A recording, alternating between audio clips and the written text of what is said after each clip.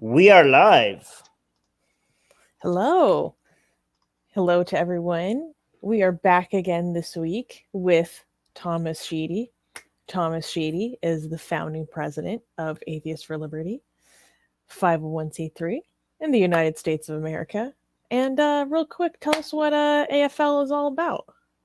So once again, like I said last time, I was on here a few days ago. Thank you guys for having me on the show. My name is Thomas Sheedy. I am the founding president of Atheists for Liberty. We are a 501c3 nonprofit organization that cares about free thinking, free speech, and freedom for all. And I'm glad to be on here once again to talk about some more drama, some more pressing issues that we're seeing now in the atheist community. Oh, snap. We have Michael Sherlock here. You know what time it is. You know what time it is, guys. Michael Sherlock, who is the executive director of Atheist Alliance International, says, knock down those walls and build some bridges. The atheist movement has suffered for long enough. Let's get this train back on the tracks and stay focused. As long as the condition is not us highlighting our disagreements. I think Thomas and I agree. Like we're liberals, you are conservative. We're going to keep highlighting those, but we also highlight our agreements at the same time, right? So we do both. Like these, again, I always say French agreements should not be a condition for friendship. Before, by the way, Susanna, do you want to show people what you're wearing? Just to do some merch promotion. So you guys can go buy this on atheistrepublic.com. Look at this saying, Allah is gay with the Kaaba. Yeah, so with some promotional material. atheistrepublic.com, go buy our merch there. Right? It's a good day to blaspheme, you guys. Right. But guys, please do not buy that shirt if you're living in some parts of London or in an Islamic country. Okay, just assess the risk yourself. You're responsible. Yes. Before you. Yeah. Okay. Cool. Anyways, let's get back on track. Yeah. So, and then we have, hey guys, if you are a member, you get access to our special emotes that unfortunately don't show up on StreamYard, but if you're in the live chat, they're super awesome. Michael, he's doing this because he knows that it's not going to go over well. Yeah. Michael Sherlock is a great activist. I like him quite a lot. He's a great guy. He's great. So last week we talked about, your tabling, your booth, presence in general at Turning Point USA's 2020 Student Action Summit. So if you guys want a more in-depth explanation about what that event is, like go watch the beginning of what we talked about last week. Yeah. So basically it is a conference for conservative activists around, typically like early 20s or school age people, young adults, to convene, talk about their conservative values, see other speakers, network, and have different organizations present. And your organization was one of the organizations that was there. Indeed, and that surprised a lot of people because in America we typically associate conservatism with it gives me a evangelical Christian flavor in my mouth. Yeah. Well, and that's because for many years, the conservative movement, especially with the rise of the moral majority a few decades ago, that there was this stigma and view that if you were to be a conservative and hold conservative values or be anywhere on the American political right, that you had to be a religious, pious person. And we're trying to make the case that that's just not true, especially as political movements are changing, as demographics are changing, as a degree of religiosity in the country is changing too. We're seeing a change even in American conservatism and in the conservative movement. And Atheists for Liberty wanted to definitely take advantage of that. We went to the Turning Point USA Student Action Summit to state that the conservative movement is becoming far less religious, that there are way more people who are conservative, who call themselves atheists, agnostics, and non-religious. Every single year, there is less religiosity at conservative events. We're getting accepted more and more year by year. And also this sort of anti-woke, sort of we're free thinkers, let's own SJWs with facts and logic. That's sort of had a very secular sort of feel to the previous culture war on the internet, which was new atheism. So obviously with the conservative movement developing more of a secular tone of facts and logic, obviously it means the floodgates are able to open a little bit more for people of a secular worldview to come on in and to join the team. And you're joining us today from your conservative bunker. Indeed. Undisclosed location. Yeah. I just love like the whole setup you have going on there. It's just like, thank you. Perfect. Yeah, I had this set up. I had this set up. It's in the cover photo too when I supported you guys for Atheist Day. We got Jefferson's sayings. We got a nice American flag here. A poster of Winston Churchill. Big fan of the great things of Western civilization, and this flag is definitely one of the best elements of it.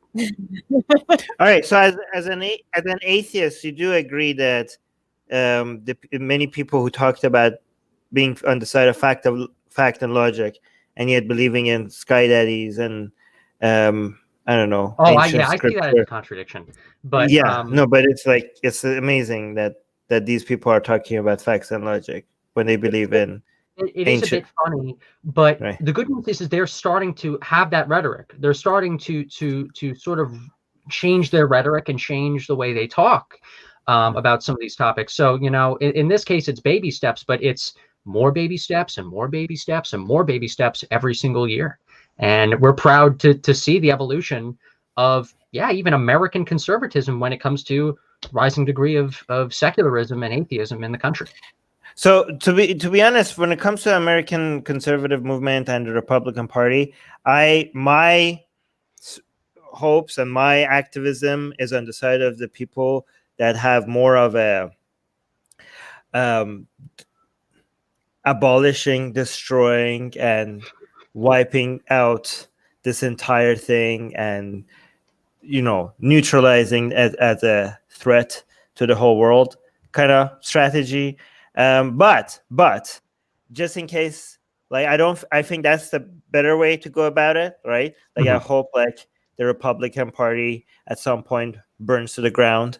But however, just in case that's not the best strategy, okay? And you are like within that movement trying to make them more secular, more atheist, less insane. Like, just in case that's the better strategy, I'm glad that you're there doing that work. Just in case that's the better. Right. But my investment is in this whole thing needs to be destroyed. Kind of. Sure. Camp. Yes. But I appreciate your efforts. Well, actually, I appreciate that comment because I know you meant it very sincerely and with good thoughts in mind. So I appreciate that. But definitely when it comes to the topic and what has occurred, and I know what we're going to be discussing, it does make me bring up the statement that even though obviously you're not a conservative, you are not on the, you're not even, I don't know if you, I know you called yourself libertarian a few months ago, but from an American political scale, you're not on the American right. You're not on the American right in any stance whatsoever. However, when it comes to a lot of these shared goals of countering a lot of these insane things that we've seen and that your audience has sort of seen, that's what brings us together a lot more. Organizations like Atheists for Liberty, Atheist Republic, Atheist Alliance International, and the ex-Muslim orgs. Sadly, we are a bit of a minority, at least when it comes to the leadership of sane, non-woke atheist organizations, and definitely highlighting a little bit of Hemant Mehta's Friendly Atheist article about our presence at SAS will really show it. I think. Good light.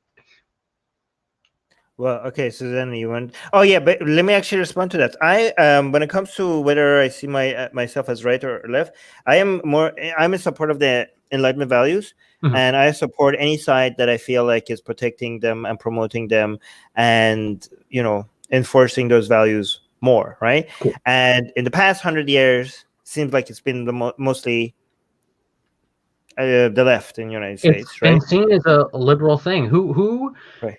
in the 1960s, what group of people was defending free speech activists at Berkeley? It wasn't the right, it wasn't the conservatives, it was the left. That's why for in 2015, when this whole regressive left sort of woke discussion started to hit the internet and started to hit the forums and the blogs and YouTube, a lot of people were shocked that at least culturally there's a bit of a shift, at least when it comes to the dialogue around free speech and free expression and crazy things like white privilege and Islamophobia. Things have been kind of blurred recently, and it's quite odd. Okay. So when it comes to most of the things that are a result of promoting alignment values, it seems like it's been the left that has been championing those ideas rather than the right, right? So when it comes to women rights, gay rights, trans rights, minority rights, I don't know, everything, like almost everything that we care about when it comes to alignment values, most of these movements that have accomplished a lot, it came from the left, not from the right, right? And not some enlightenment values that some people might think that, well, Armin, these are the enlightenment values that the right promotes, include free markets and freedom of speech. But it seems like when it comes to the right, these are just talking points that is not really being, like, when it comes to free markets, it seems like actually the Republicans are in favor of lobbying, they increase spending, they spend more on war than, sometimes the same or sometimes more. Populist and libertarian concern. Right. So it doesn't seem so it doesn't seem like when it comes to free markets, Republicans just like don't actually understand what kept so basic, and also they're becoming even more protectionists. So Republican Party is not on the side of enlightenment values when it comes to free markets, and when it comes to freedom of speech, we have like talking about banning the burning of the flag, roughing up journalists, using libel laws. I haven't seen when it comes to the left and the anti-free speech stuff, it's mostly like People, Twitter, Facebook. Like, this is not free speech. This is like censorship. Academia. Well, it's not only academia. Sadly, it's pouring into the streets and pouring into culture more. But here's where I'll that's not from the government. Yeah, it's not here's where I'll absolutely agree when it comes to the key point is not from the government. Yeah, go ahead. Well, here's where I'll absolutely agree when it comes to the right. There are some people, and there still is a culture of people that are so pro-America, and I'm very pro-America. I hang this flag in my room for a reason, in the bunker for a reason. In the bunker. Who at the end of the day don't really understand the purpose behind free speech. If they are saying, "Oh, we need to punish people who don't kneel for the who kneel." Instead of standing up for the Pledge of Allegiance, and people who burn the flag. We have these freedoms, so people have the freedom and ability to kneel if they want to. I don't agree with them. I love my country and I love my flag so much. I will stand for the Pledge of Allegiance. But simultaneously, people on the right also need to understand that when they say rhetoric like, "Oh, we want to punish people who burn the flag," they're just as bad as far leftists and SJWs when they say that kind of stuff. I like that they are passionate and have a love of country, but they need to also stand for the values and principles that made this country so great in the first place. Yeah, it's actually worse as well. Well, actually, it's a bit worse because they want the government to get involved in banning. Both sides want the government to get involved. It's basically a competition as to who can get the government first to accomplish their tasks. And it's a very dangerous game to play. Right. Okay, so... Yeah, I mean, that's why I support the left more than the right, just because I feel like they have been more successful in supporting alignment values. And I think like the woke cult, which we here at Atheist Republic, we are very much against. I think it has been it's a bump in the road compared to all the success that the left has had. When it comes to look at the accomplishment, a giant pothole, and that pothole is only going to get worse and worse and larger unless it's patched up very quickly and very firmly.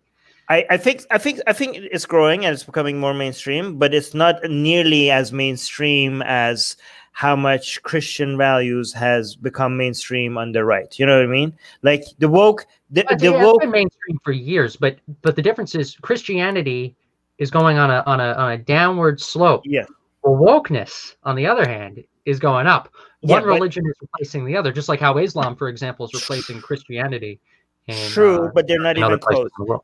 True, but they're still not even close, right? When it Yeah, comes it's getting to closer. it's getting closer, but we have one going from 100 to 98, and we have the other one going from 1 to a 2. You know what I mean? Like something like that. I'm just like, yeah, the direction is one of them is going more mainstream, and the other one is losing relevance. I But think I we just simply think, like, disagree on how okay, fast it's going. I think it's okay, going faster than you may think, but either way, we have the same goals. And yeah, you're yeah. on the left, I'm on the right. So there you go. Michael Sherlock has a comment. He's saying we expect the insanity from the right being predominantly religious, but when the similar insanity comes from the previously rational left side of politics, it is shocking and ironic. I don't know if it's all just religious. Like when it comes to the whole allegations of fraud, election fraud, like, and the whole QAnon stuff, we could see that they have non-religious brand of insanity as well, right? So it's There's religious. insanity all around. Yes, yes. I don't know. Maybe it's just my like personal background, but I'm like, I don't find it that shocking when it comes from the left. I agree with Marsh, though. I think both. This is something that is a problem on both sides. It seems like the left, a lot of people on the left, are unaware of how mainstream some woke views are becoming. Yeah.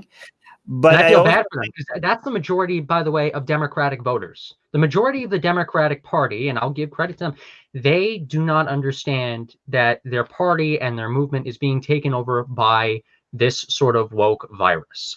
And I feel bad for so many of these people. They view, and this was the same problem that we face in the atheist movement. We saw the quote unquote like modern day sort of radical feminists of today with the pink and teal hair as the same feminists of the second wave and of the first wave.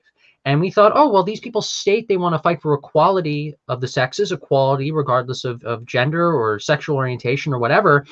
Therefore, their ideas must be right. Whatever they're espousing now, because they're stating they're feminists or they're stating they're on the good side, they must be right. And a lot of good liberals and the majority of Democrats who do not like this kind of stuff, I think they simply don't know the degree and severity of where it's at. But it's true that And a lot of conservatives don't understand about the level of insanity on the right as well. Like, I think the level of insanity on the right is a lot more. And a lot of I could agree with you. If it was, then we would solve this issue in we have the data. Come on, Thomas. We have the data now. Okay, but when it comes to woke, I think it's becoming more and more mainstream, but we don't have any data to show how mainstream has become. When it comes to the right, now we actually have data. We can see the percentage of Republicans that actually think this election is fraud. We have official numbers about the level of insanity that is on the right, and it's high, and you know it's high. Well, I admit it. I've admitted quite a lot to you already. Yes. Now, but here's where I can also agree. I think, and we spoke a little about this before we went on the air about how when it comes to wokeness, it's harder to measure it at the moment because now we're at a stage where in American culture and in the culture of many Western countries, wokeness is now finally entering sort of the mainstream, where for a while it was just kind of cruising in and creeping in. So it's definitely going to be harder to measure wokeness in comparison to, concentrated political areas such as the political right, that obviously is very supportive of President Trump and his presidency, and obviously, wants him to stay in office by any means necessary.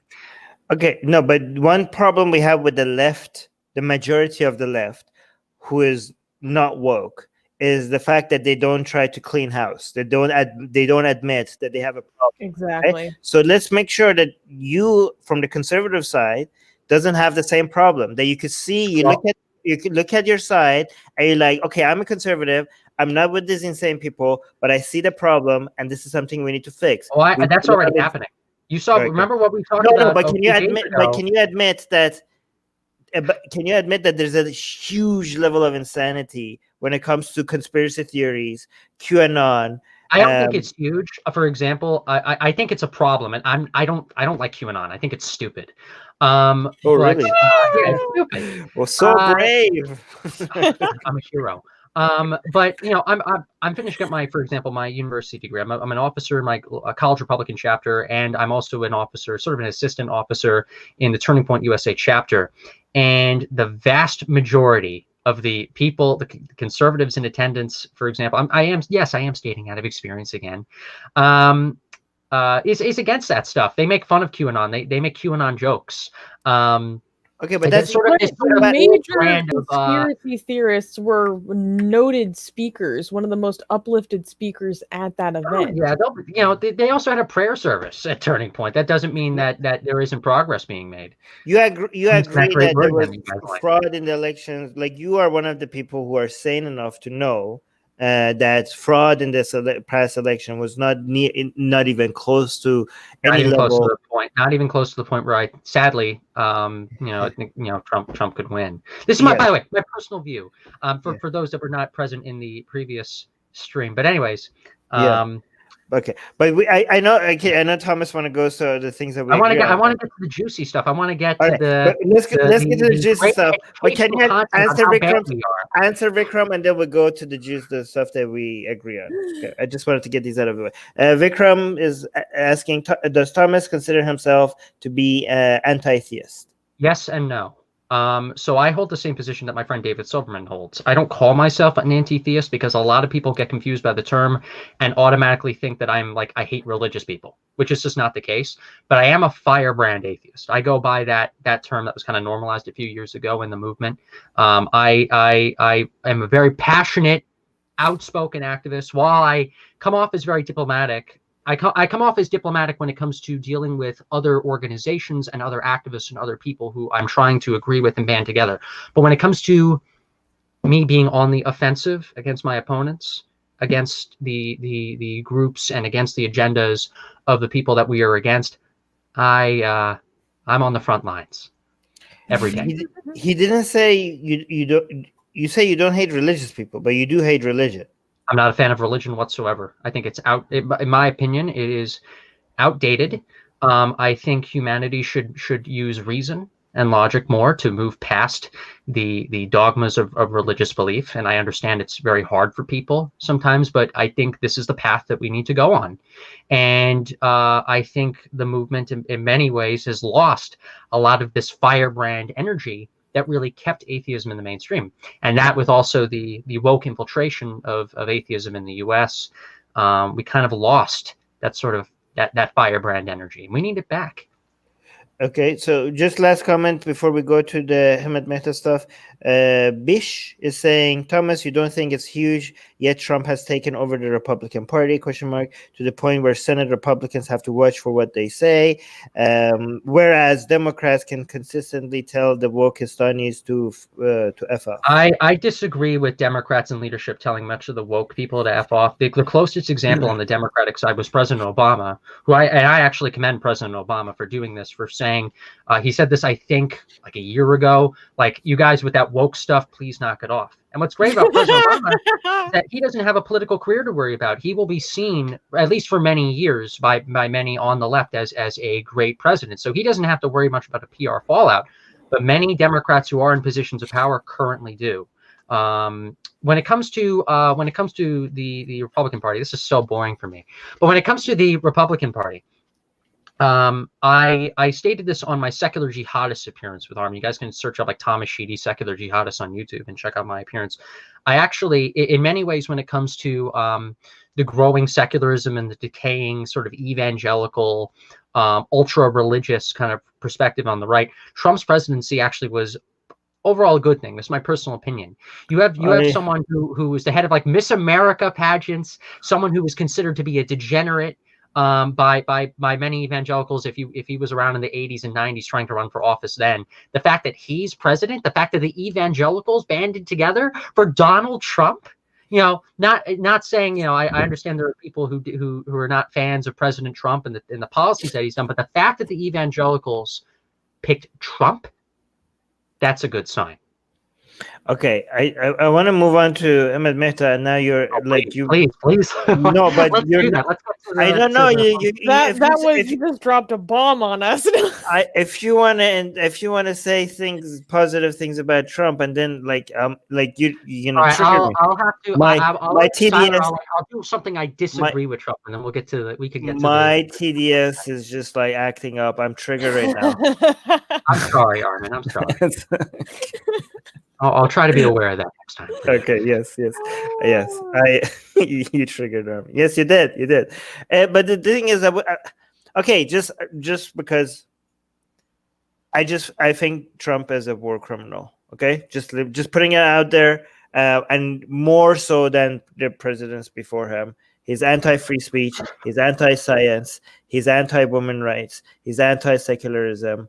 And he has done a lot of damage to United States image around the world and its ability to work with a lot of United States allies. And at the same time, he's a protectionist, which has brought a lot of damage to economic corporation that United States could do with a lot of countries. I can't just let that go without a response. But you gotta get the liberal opinion. You gotta do that. No, it's the objectively true opinion. It's not the liberal opinion. Anyways, let's move on. I love this. I love my boys. Okay, so love your commentary, Armin. It's great. You don't have to suck up to him.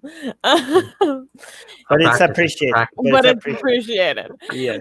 Okay, so here we have. Here we go. An article written on December 21st by Mehta, famed friendly atheist. Thomas. So he wrote this article when he saw this tweet by AFL with their booth at Turning Point USA Student Action Summit 2020. And this, it says, titled, "These Atheists Tried Recruiting Members at a Pro-Trump, Pro-Conspiracy Event."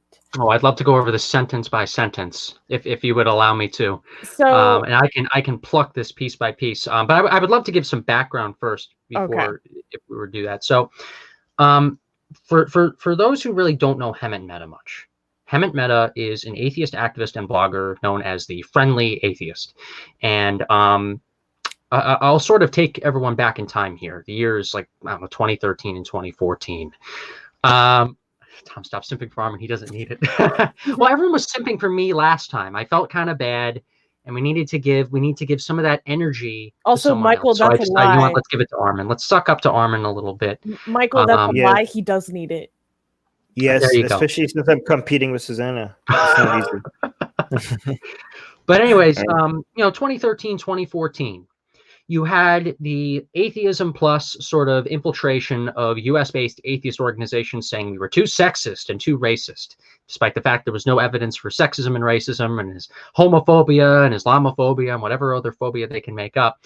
You had bloggers like P.Z. Myers and activists like Rebecca Watson blatantly attacking the atheist movement and going after it. And there were three groups of people in the atheist movement's healthy age from, I would say, 2011 to 2016. There was the SJW side, the radical feminist side, or the woke side, whatever you want to call them, the Atheism Plus Brigade. You had the anti-SJWs, people like Thunderfoot and Justin Vakula, who's now our public relations manager, the people that were blatantly speaking out against what Atheism Plus and what Elevator Gate did and that kind of stuff.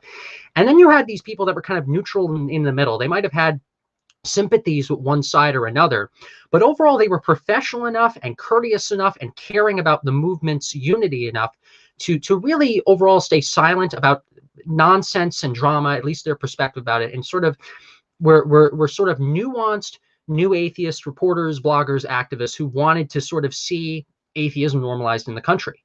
For a long time, I would have considered Hemant Mehta to be part of that category. When P.Z. Myers and Rebecca Watson was attacking like CFI and many of these numerous organizations for not immediately caving into Atheism Plus, Hemant was actually seen as a staunch defender against PZ and against Rebecca Watson. He used to be, in my opinion, very, very nuanced, very critical, intelligent. I appreciated him a lot. I watched his YouTube channel. He was a very nice, sincere guy. When I was in high school, several years ago, I started a secular student alliance chapter at Ward Melville High School years ago. And Mehta wrote a positive article about myself saying, oh, you know, that's one smart, great kid. Very interesting now to see that that once smart, great kid, I guess, isn't really so smart and great anymore. Now that he's engaging in atheist activism, that kid's engaging in atheist activism that doesn't fit with his personal politics. And I'll explain a little bit more to your audience.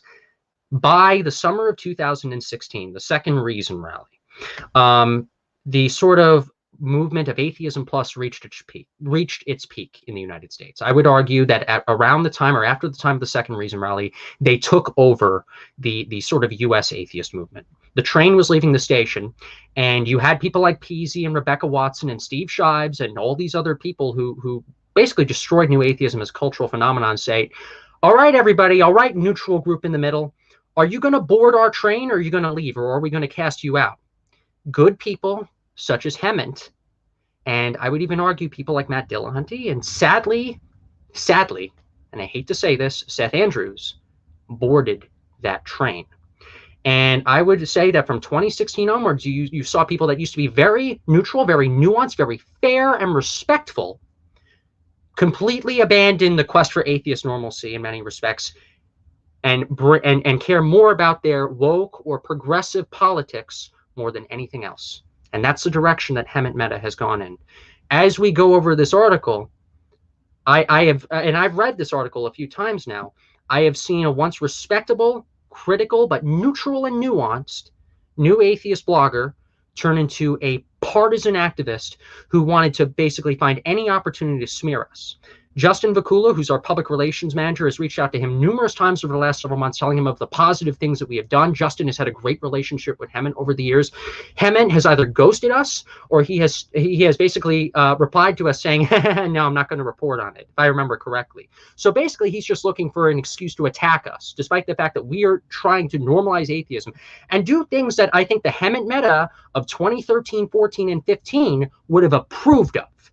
So let's just get started in this. Well, before we do, you mentioned just two things. I do think it's fine for atheists to have other priorities, other than normal. Like they have.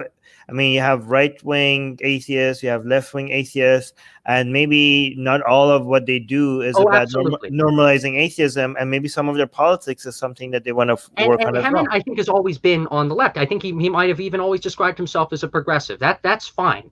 I'm not trying to say you can't hold politics outside that, but at least when it comes to his brand and when it comes to the type of reporting he's done, he's, at least in my mind, he's tried to always make himself look like I am a nuanced, neutral, objective person where I will always report on good things, atheism, and the great things that all these organizations and people and activists and YouTubers and bloggers are trying to do. We did not get the same treatment that plenty of these other organizations and activists have gotten. And it has been, and I hate to say this, but I think it has been done purely out of him not liking the right, not wanting to see any success done on the right. So he will not positively comment in any way, any good way, shape, or form that contradicts his woke views. That's why he's gone after you. That's why he's gone after Atheist Alliance International, why he's gone after David Silverman, why he's gone after basically anybody who does not concede to the sort of woke establishment that's taken over the American new atheist movement. You mentioned Seth Andrews. What did he do too? So Seth Andrews also made a tweet, there's a whole Twitter exchange on Hemat's article. And I like Seth. I think Seth is a good moral guy. And I think he always wants to find sort of the truth in things, but this is just my personal opinion. I think Seth has kind of blinded himself to where he sees what is the atheist movement now. And I guess he finds the most rational people of what remains in the movement. And then he considers them to be like the good center. And then anybody outside of that, people like you and me, we're the extreme ones. We are the can I curse on here? It hurts the algorithm. I mean, I love swearing. We are the bad stuff. I'll just say we are the bad stuff. So we're the slime. So I think, and I like him. I've watched his show for years. I think he's a good moral man for the middle of the country. I think he's a good guy, but I think him as well. He's gotten kind of blinded. Yeah. I do agree with Vikram here. I feel like we only hear this okay, by this guy Thomas's version of the story, so we only hear so we don't know right now. We're gonna go to the article so we can be more fair with Hamad. But with regards to Seth Andrews, right? I mean, I've so far liked everything that Seth Andrews does. So I don't know what this is about, so I can't comment on it, right? But he was also very critical. I pulled up some Twitter exchanges. Let's go. Do you want to read the article first, Susanna, yes. and then maybe you get Thomas to respond to it? Because so I'm just going to really quickly read through these first couple paragraphs because this isn't really the meat of the situation. This is just background. Okay, so right. This isn't really for commentary.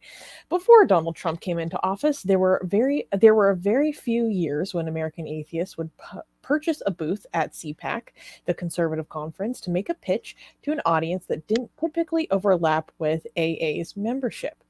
The group's justification for going there went like this: conservative ideas like smaller government aren't incompatible with atheism, and plenty of Republicans don't buy into the party's social conservative, so let's make a pitch to them. In theory, that made sense. The problem was the execution.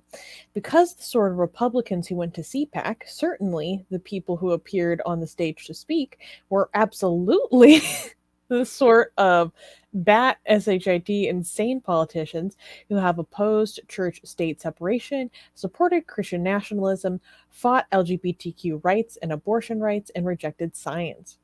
In other words, maybe there was an argument for why atheists needed to appeal to conservatives, but why were atheists trying to appeal to these conservatives? And that was before Trump. Okay. Let's this is where it really gets heavy hitting. So let's get into this. Well, it starts to get into this. Since that time, the Republican Party has become even less interested in supporting supposed conservative principles. They don't even have a platform anymore. They just function, as a Trump-worshipping MAGA cult, ignoring or denying his blatant corruption, defending his actions no matter how egregious, pushing anti-science conspiracy theories, and actively opposing the democratic foundation of this country by trying to suppress or discredit the votes of those who don't usually support them. They're literally standing by and saying nothing as Trump attempts to invalidate an election he lost in every way. That's why it's truly disturbing that a right-leaning group called Atheists for Liberty purchased a booth during this weekend's Turning Point USA Student Action Summit conference in West Palm Beach, Florida. And look, there's Thomas. There I am. He is.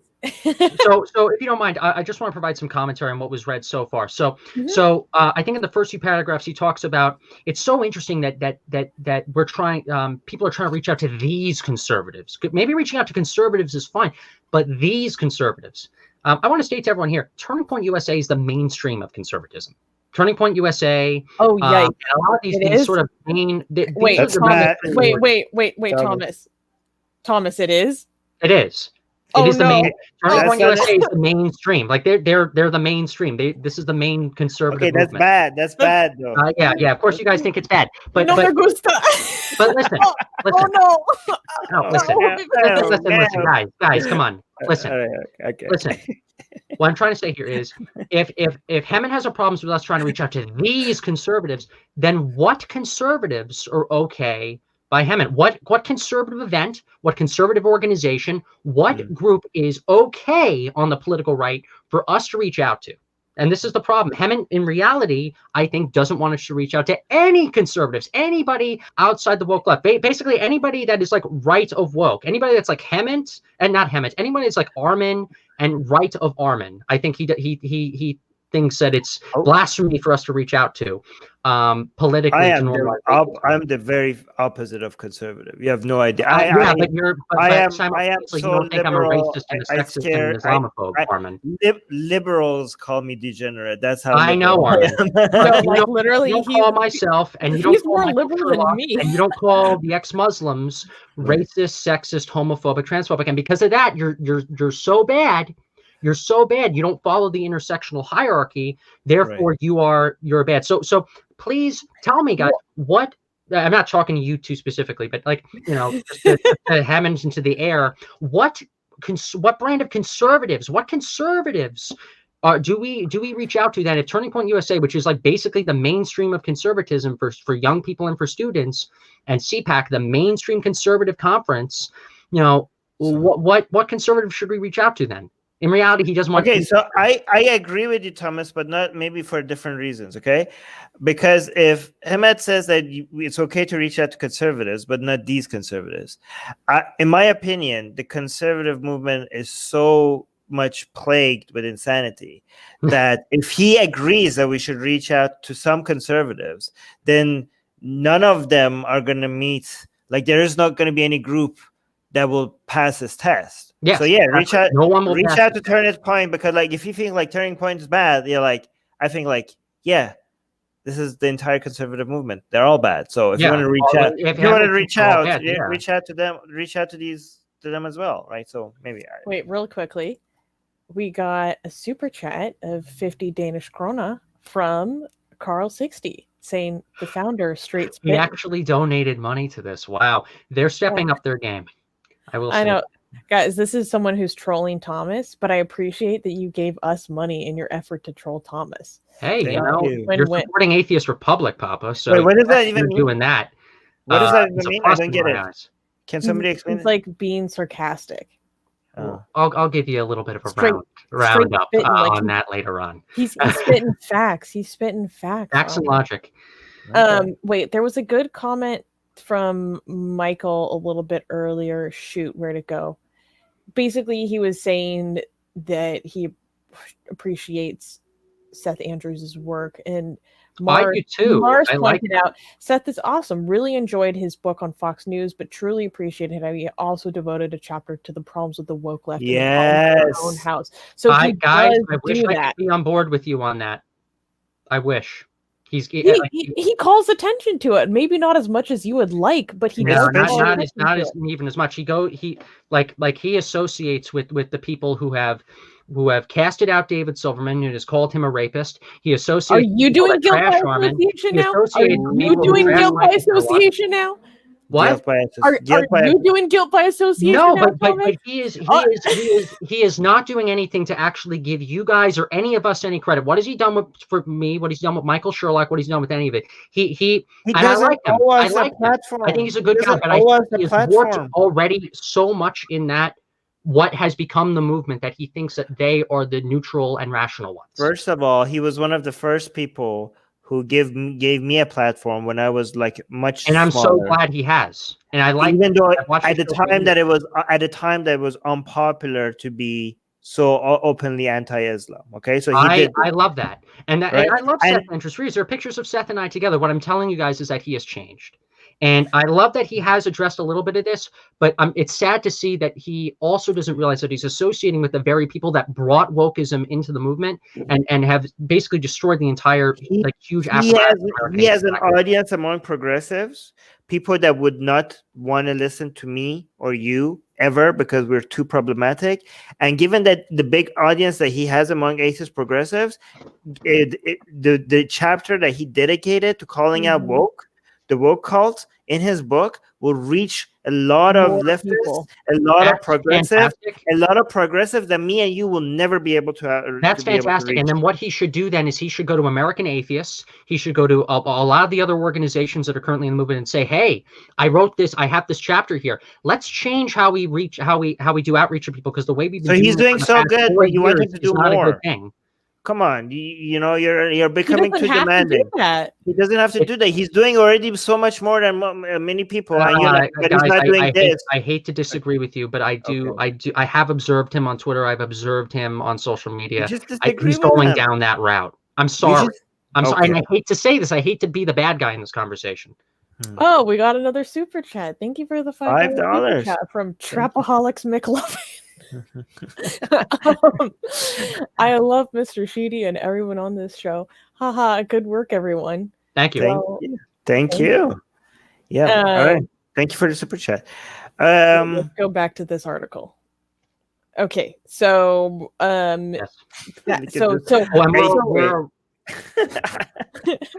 yeah. One thing I'll also state here, I find it to be interesting. I brought this up to my volunteers quite a lot. They call us a right-leaning group, and yes, that's true. We're reaching out to the conservative movement. Notice how American Atheists, the Foundation Beyond Belief, the American Humanist Association, how none of them are called left-wing groups or left-leaning groups, and how we must be called a right-leaning group, like something that's not the American Humanist Association, that's not American Atheists. Like, we're not an atheist organization. We're just a right-leaning group. Is that an accurate? Aren't you? Adjective? It's not accurate. It's actually not, because Susanna, you've said on the podcast on the last time I was here, you are a member of Atheist Liberty. Okay, we are trying to normalize atheism on the right. Here's the deal. Just because the group welcomes a flaming lib so much as myself, that does not mean that the overall organization, that the overall group or the overall demographics of the group are not more right-leaning. We're reaching out to flaming libs. We love Bill Maher. We love Bill Maher type atheists. We love Richard Dawkins type atheists and Sam Harris type atheists who consider themselves to still be a liberal, but are against woke nonsense. We are an American atheist organization that is trying to unite rational new atheist types together, whether they be on the political left or right. Obviously, one of our big attentions is to the conservative movement. We have some conservative colors even in our branding, but that's not actually the main goal of AFL. It's simply just one part of the mission, what we're doing. Michael Sherlock is saying, the question I would ask, would you rather have conservative religionists ruling the right or pro-LGBT, pro-enlightenment, pro-secular values atheists ruling the right? This is why Tom is vital. I agree, because, well, kind of for the wrong reason. I think you're a straight up heretic that will neuter all the parts that are most dangerous. Well, about the right. then it's going to be filled with heretics. Because they It'll are eventually be filled with heretics, and I think then we'll bring in Susanna as well, maybe once it's one of these events, and you'll see how heretic filled some of these events are. And Michael is also giving you a shout out. I'm a flaming lib, and I support. Yeah, you guys are liberals, but you're not SJWs.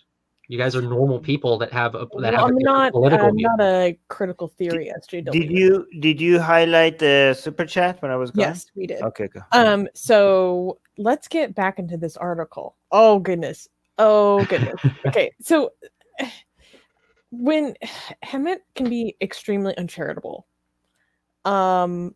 not always, but I think it is. He can be extremely uncharitable. Like, he was extremely uncharitable to Armin with the Desecrate the Quran campaign.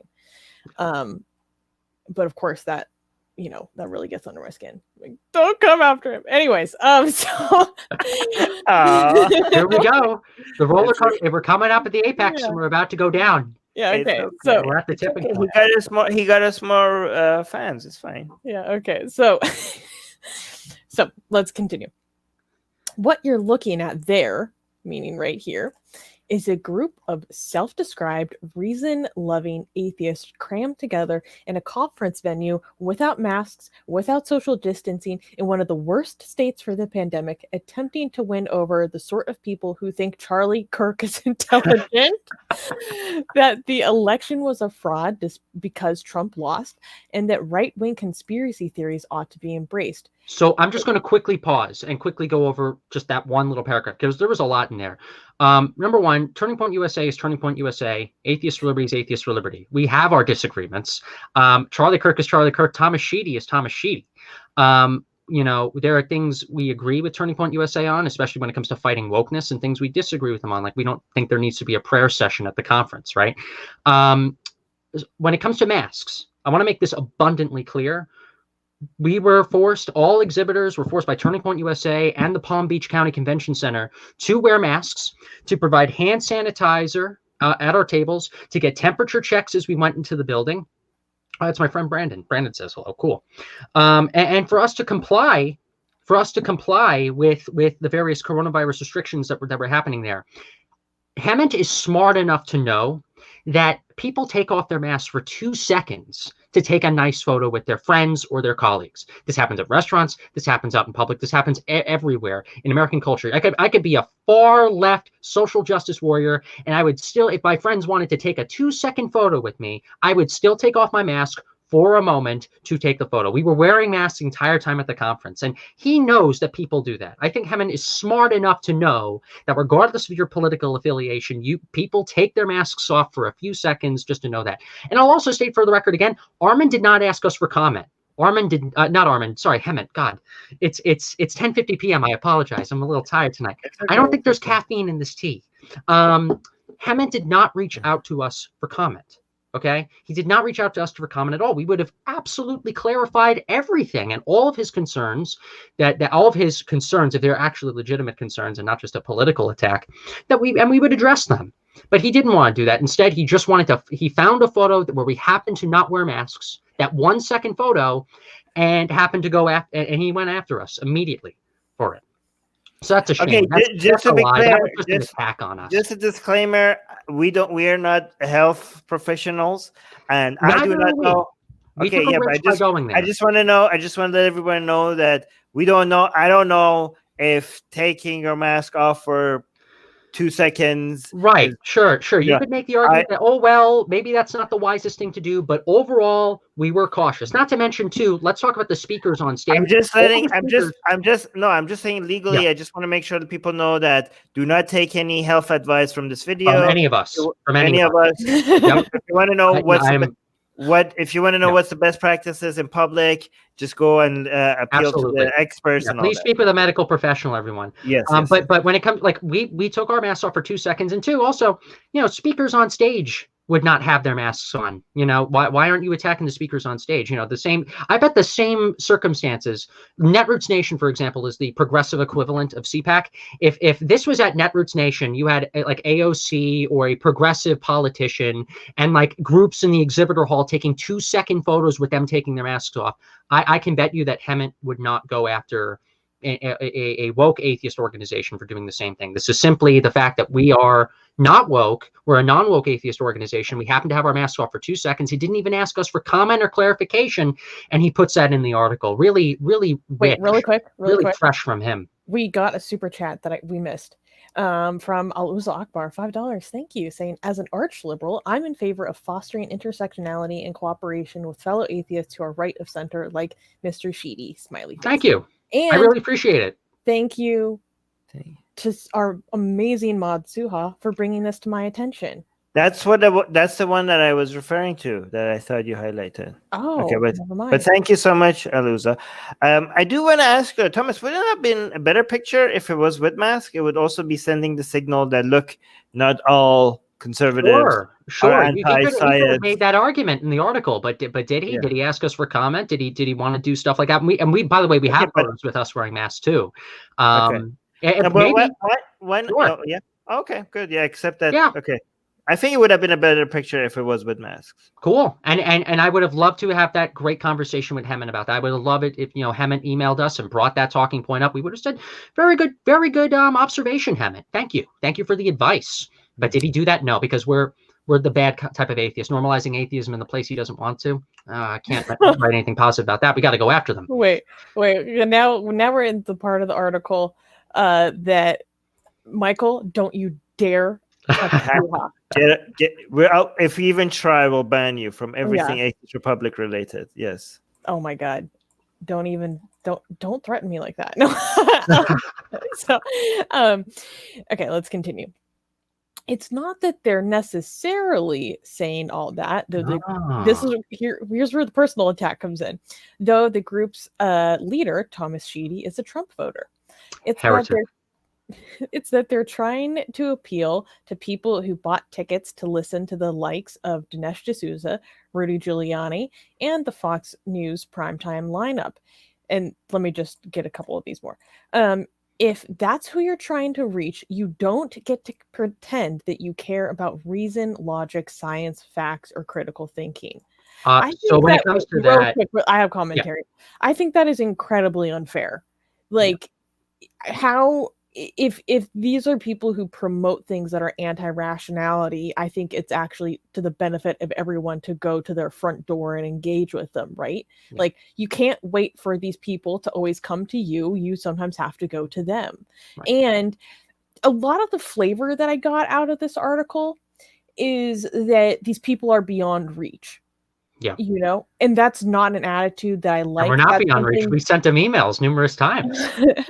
Well, you can reach us at any time. No, I mean, like, the people I know what you're talking about. The people who maybe do buy into some of these things that I'm highly skeptical of, not even skeptical, that I straight up don't believe are supported by evidence. Right. I don't think that they are beyond reach. You know, I don't think that because you're trying to reach a different audience, that doesn't mean that you're pretending that you care about region line facts or critical thinking. Yeah. And it could in fact mean the exact opposite. And one quick thing I'll also mention too about that is that Tucker Carlson, who's the Fox News primetime lineup, he was a speaker at the event. People like Donald Trump Jr., people like Rudy Giuliani and Dinesh D'Souza, the speakers are what conservatives like. Conservatives like these speakers. So obviously when you go to a conservative event, which is a problem, you're going to get Rudy Giuliani, you're going to get Donald Trump Jr. Just like when you go to a Netroots Nation, who are you going to get? AOC. You're going to get a lot of these big progressives, and even big progressives that are now starting to embrace wokeism now. But would Hemant write an article about the American Humanist Association or the Secular Student Alliance or American Atheists, going there and saying, there are people that are very, very incredibly progressive that don't speak for the majority of Democrats speaking there. Very weird for American Atheists or the Secular Student Alliance or AHA to be there. Okay, I don't think. Wait, really quickly. Okay, but you agree that the fact that these are popular speakers, that speaks a lot to how bad a lot of conservatives are. No, I wouldn't say that. I wouldn't say that. You know, Rudy Giuliani is a close friend of President Trump. Obviously, he's going to be there. Donald Trump Jr., the son of the president. No, I didn't say no. I didn't say I'm saying the fact that, and I don't think it's bad. Yeah, I don't think it's bad. Okay. James, so we disagree. Fine. And they're talking about politics. They're not even talking. Donald Trump Jr. is not talking about God. Okay, Rudy Giuliani is not talking about God. They're talking about. It doesn't matter. He's insane. He believes in the fraud, the whole fraud conspiracy stuff. He's like, really? Yes. I don't know about that because Alex Jones, for example, is not really getting into CPAC anymore. No, Rudy Giuliani himself is a conspiracy theorist now. It's a crazy. That I don't. I'd have to read into that with Rudy. But all I'm saying is that these are. Where have you been? Like, how do you not know this? Have you been like under a rock? How could you not know? No, remember last week he's been giving out flyers. Okay. So wait, really quickly, we got a super chat. Thank you, Oshin. Saying Marga. I think this means make Atheist Republic great again. Hey, really? I was like, I think that's what it means. Okay, I like that because I thought, oh, look at the hat. I was like, what's happening with Afshin? He's like, I thought make American right great again or something like that. I was looking at it. I don't know what that is, but no, that's us. Okay, good. I like it.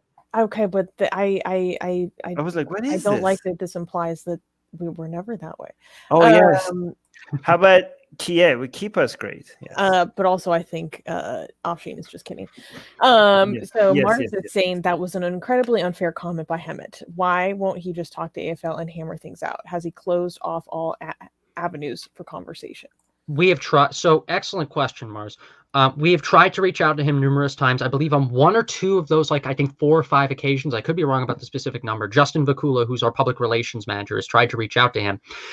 He has either ghosted us and not responded, or when he has responded, he's kind of responded in sort of a sarcastic tone, like, LOL, like, no thanks. no thanks, I'm not going to report on this. So when it comes to our activities, when it comes to the stuff we do as an organization to really try to normalize atheism in circles that the movement hasn't touched, Hemant won't give us the time of day unless he's attacking us because he wants to be the, I get, what is it, friendly progressive, or I guess unfriendly progressive now, then rather than the friendly atheist.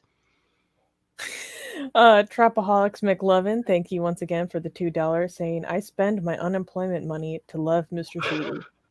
That's love. I got to admit that's funny. I have to concede. I have to admit that that's actually. But on a serious note, do not do that. I know this is a joke, but do not spend any money on us if you're struggling financially or anything. Yep, go. I don't think they're struggling. They're playing games quite a lot. I know, but I have to say that. So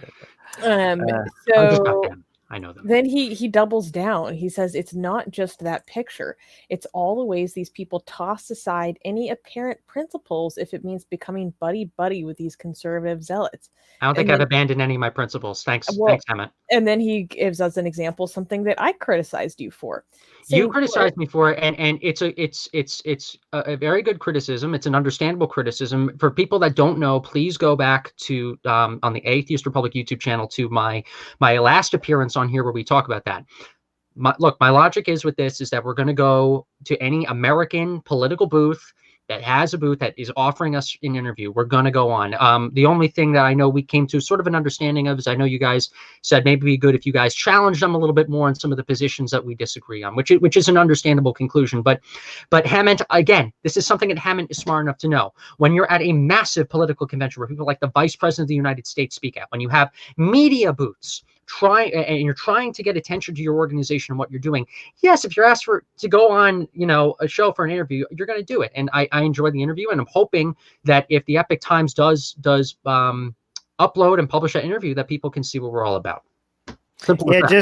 Just my feedback was like before that if you go into a platform that is with crazy views, just make sure you tell them that, by the way, thank you for having me, for the opportunity to have your have access to your audience. However, I just want to make it clear that this position of yours, I don't know, or maybe like in a more subtle way, just like introduce their audience to something that their audience is not used to hearing, or just like sure, yeah. But what makes it difficult, especially in print, is that they can just cut all that out. But it's a risk that sadly we have to take. That's the media.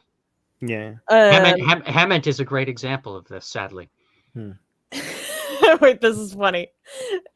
People should never turn down sex or the opportunity to appear on television. Gore Vidal. I disagree with both of those. Okay, maybe the first option, but when it comes to appearing on television, there's a lot more reward than risk.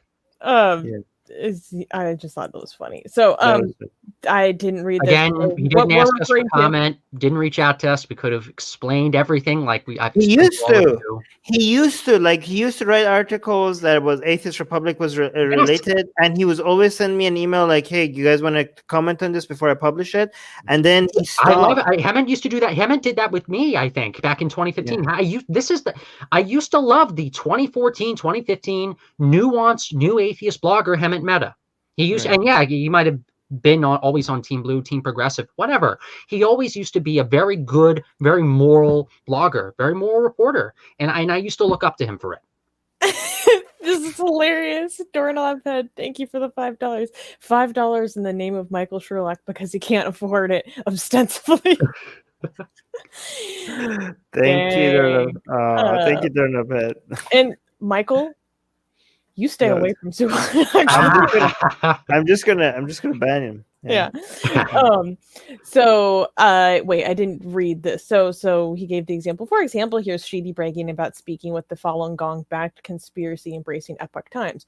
If you want to hear us talking about that more, go check out what we when we spoke last week. So then, and then he continues just about Falun Gong, saying, last year, David Silverman, the former American atheist president who led those visits to CPAC and now serves on the advisory board of Atheists for Liberty, wrote an article about the myriad problems with Falun Gong. oh, well, Yep. I guess that no longer matters. All attention is good attention now. Oh yeah, I also guess in so. that I guess picture at the top of the you post. can't ever disagree with something that someone holds and still go on their show. You know, Armin, I guess this is my last appearance. I'm sorry. You know, it's not, but this is so freaking dumb. This is so freaking dumb. You know, for anybody who wants to read on Dave's perspective on Falun Gong, a perspective which he still holds dear, read his Skeptic Magazine article about it, or listen to Armin's appearance with Dave about the subject. Dave has not changed his view whatsoever on that. Hammond, again, he's a smart guy. He knows that argument is nonsense. This is, again, just a political attack on us. I'm a progressive atheist, so therefore I don't like the conservative atheists are doing something. So I'm going to claim that David Silverman doesn't have the same views on Falun Gong now because Thomas Sheedy spoke with the Epic Times. Yeah, that doesn't make garbage. Sense. So then here's where I don't know. I mean, I don't know. Ahmed Mehta used to highlight some of my work even when he knew I was so aggressively anti-Islam. He used to be different. That's Ahmed Mehta. No. I'm just saying. No, let me make my point, Thomas. Okay. So he gave me a platform, knowing my problematic past, and then he recently made more articles seeming to suggest that it's not okay to be so aggressively anti-Islam. So I'm saying, based on his own standards, Ahmed Mehta is a person that gives platform to somebody as toxic as me. So we have to cancel him, right? He associates with people like me. Like, how could that be forgiven, right? I guess so. Yeah. Like, he has given me, he has brought so much. He has introduced so many people to Atheist Republic because of years of coverage that he has done on a lot of our activism. And Atheist Republic has been consistently anti-Islam, aggressively anti-Islam from the beginning, and he knew it, and he still platformed us. So again, friendly atheists, based on your own standards, you are associating with toxic people like Atheist Republic, so you're toxic by association. And apparently someone you once considered to be a smart kid like Thomas Sheedy and a great activist like Justin Vakula, very, very horrible people you're associating with, toxic people apparently that don't belong in the movement anymore, need to be cast out of the movement. Oh my God. Well, and then he brings up this tweet that I think is just so, the way that he frames this, like, is just dumb, because you're clearly making a joke here. I'm making a joke to counter Nick Fuentes. You're making a joke to counter the most hardcore, vile Christian nationalist figure there is. Yes. Like, so let me read this. And here is Sheedy fawning over Representative Dan Crenshaw because he wrongly thinks that Crenshaw is an atheist. Most recently made Armin. The congressman most recently made headlines for trying to ruin the reputation of a woman for reporting sexual assault at a veteran's hospital. So I'll comment on that. Thomas, I need to frame this for the audience. Okay. I need to frame this for the audience.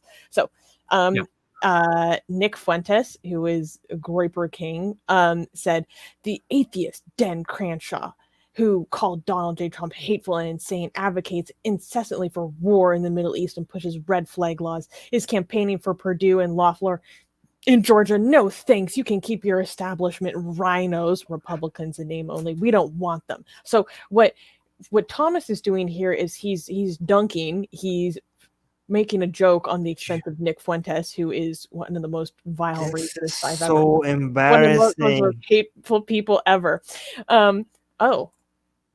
Thank you, David. So then Thomas replied, Dan Crenshaw is an atheist?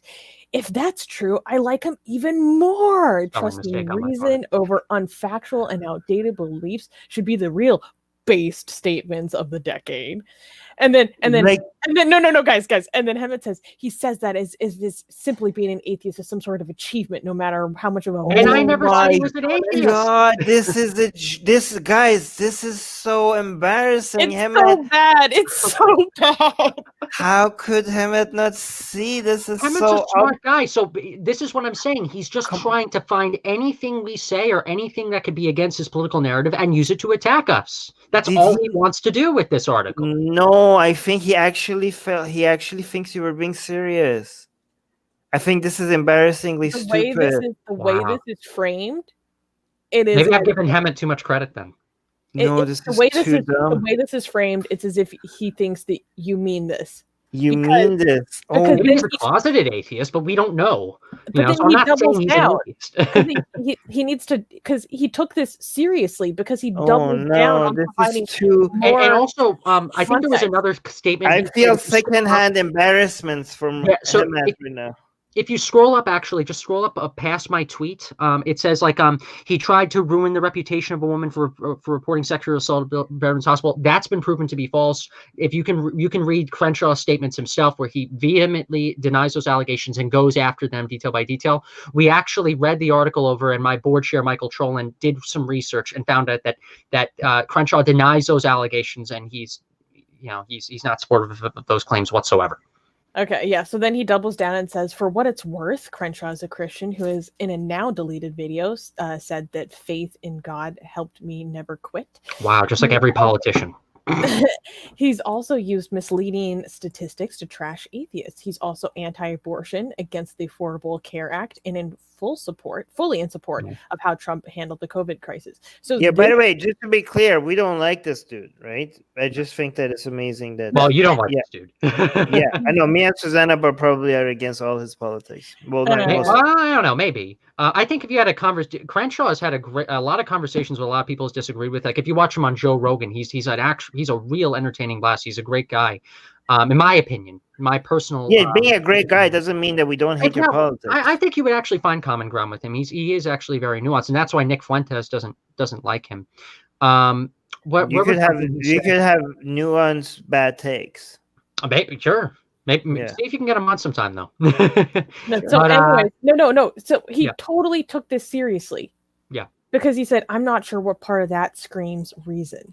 And also another thing, too, we are doing outreach at a conservative event. Obviously, conservatives are not going to be fans of Obamacare. They're not going to be supportive of the Affordable Care Act. The majority of them, even a lot of secular and atheistic people there, are pro-life. We're going to a conservative event. Like, is this new information for Hemant? Did Hemant think that when David Silverman went to CPAC years ago with American Atheists, that all of a sudden all the Republicans would be so pro-Obamacare? Like again, he's smart enough to know basic politics.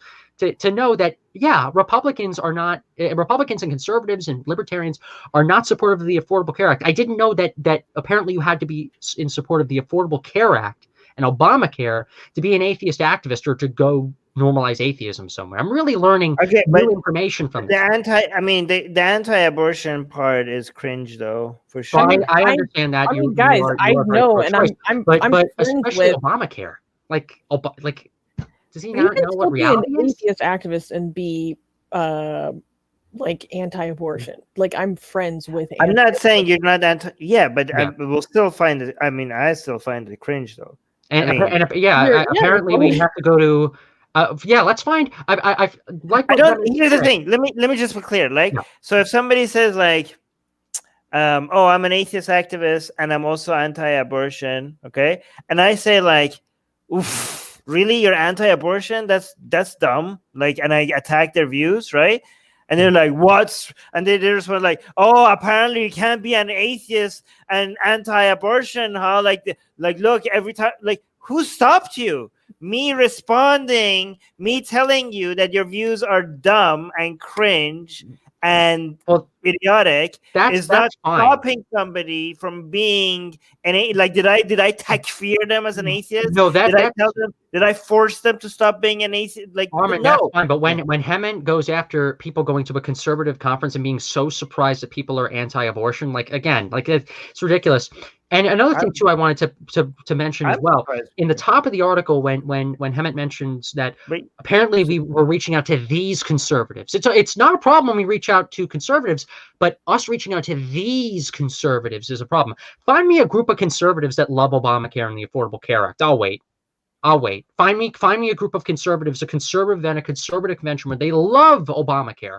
When Obamacare was literally the number one issue in the Republican Party and in the conservative movement that Republicans everywhere was against for the past 10 years, the past decade. Apparently, if atheists reach out to conservatives, they have to not only be pro-choice, but they have to support the Affordable Care Act. What reality are you in, no, Hammond? okay, no, I don't think nobody's saying you have to. I mean, I support. I think I But he's mentioning it as the friendly atheist, as like the person who's bringing up atheist news everywhere, as if conservatives not believing in the Affordable Care Act is an important thing for him to mention in the article. It's not. I mean, it's important to him. I mean, I think that's less problematic than himself the friendly progressive at this point. Okay. Hold on. We got to address the super chat. Okay, we're both highlighting it. Do you want to? Oh, there you go. Yeah. Okay. Thank you for the $2 super chat, Tropaholics McLovin, saying, "So, Susanna, can I get your number, please?" Okay, this is why have I not received any super chats asking for my number? Huh? What is going on here? Wow, you're so selfish. Okay, so I for Armin now. Yes, and I want it to be bigger than $2. Okay, I want somebody to beg for my number. It was his birthday recently, everyone. Myself and others, we flooded the last live stream, spamming Armin with happy birthday. It's on Christmas. Your birthday's on Christmas Day, right? No, Thomas, it's Arminus. Okay, it's Arminus. It's happy Arminus. Yes. I want a $20 super chat. Somebody asking for my number. Oh, we got another super chat. I was gonna say something funny, but you. Okay, go on. No, I'm not going to anymore. I love how they're giving money to ask me questions. They can just spam me on Discord. Then you guys won't get the context. So Epic Gamer, thank you for the $2, saying, "Mr. Sheedy, can we walk the Hall of Culture later?" Nah, pool's closed. Hall's closed. I see. So let us continue. Oh, and then here's where he, for those who don't know, I haven't met Michael Sherlock. I've had quite a bit back and forth. Michael Sherlock is continuing with the new atheist start and is not on board with the Atheism Plus train. He's a heretic. Well, okay, he needs to be criticized too. There's a lot we could get into, but let's just focus on this. And then so he takes a shot at Michael, saying, "It won't surprise you that the group got a stamp of approval from Michael Sherlock, the head of Atheist Alliance International, who congratulated them for..." This is so uncharitable. Congratulated them for spreading atheism to members of a right-wing, anti-science, anti-democracy cult. Wow. I never knew that I was anti-science and anti-democracy. That's not what he's saying. I mean, is it uncharitable? I mean, here's the thing. It is uncharitable. Okay, I think it's not. I think it's correct, but I think you should. I think those are the people who need atheism the most. That's my point. It's like, so are these people just beyond the pale? Are they really? Are we giving up on them? Are they not worth our time? Like, that'd be really weird too, since there were a ton of atheists at the event where we got dozens of members and we got tons and tons more people who signed up for our email list. It's very weird that for people who are all theocratic, they're anti-science, they hate democracy, they're coming up to a booth that says Atheists for Liberty, and they are signing up as members and supporting the organization. Very weird stuff. Thanks to Hammond, I'm learning new things every single day. You know, I'm really widening my perspectives. Michael, I'm such a bad person. Yeah. Okay, no, but I agree. I'm going to be clear. As much as Ahmed attacks me, I do agree that you are spreading atheism to members of a right-wing, anti-science, anti-democracy. Come on. No. But okay, no, but that's a good thing. But that's a good thing. I know you disagree. I know you disagree with me at my my characterization of all that. But he sees that as a negative thing. He does, because he doesn't want to support the right. Let me finish my sentence. I see that as a positive thing. I think like atheism could be a cure to right-wing, anti-science, anti-democracy cult. I think a little bit, maybe like try just a dose of atheism. Maybe it will help you with your cultation. And take a look at what has happened, right? Atheists for Liberty gets a booth at a very good location. We got no problems from Turning Point USA or the staff whatsoever. And Nick Fuentes and the Groypers don't get a booth. They are excluded. Yeah. They are banned from the events. We get a good... Charlie Kirk could have put us in a very bad location. You could be like, all right, Atheists for Liberty gave us like a few $1,000. We're going to just put them in like the dusty corner and let them try to get attention that way. They put us in a fantastic location, no problems whatsoever. TPUSA staff that were atheists came up and signed up for memberships. Like that's Maybe you are the token. The future maybe of like what American conservatism is going to be. And people like Nick Fuentes maybe are not like that. Maybe you're like the Blair White of right-wing people, just like they have. Maybe just like they have like a token trans person to be like, look at us, we're not transphobic. Maybe you're like the token atheist to try to act all. I don't think we're tokens, and we're a huge bag of coins then, where the bag is getting larger and larger and heavier and heavier and heavier, to where we need to do other stuff. Like we expected so much attention that we flew out a ton of volunteers from around the country to help man the booth, because we knew that there was going to be that much demand, and demand there was. Ghost Bunny, do not donate to us money even when you get payday. Okay, if you don't have $20 in your account, that means when you do get payday, that means that you shouldn't donate to us. Okay, also, we appreciate. Yes, thank you so much for wanting to, but don't. Okay. What? Also, you got to get through me first. Yeah, true. More Thought Skeptic is saying, exactly, this is a step in the right direction. Seeing an atheist group at a right-wing convention, this is good news.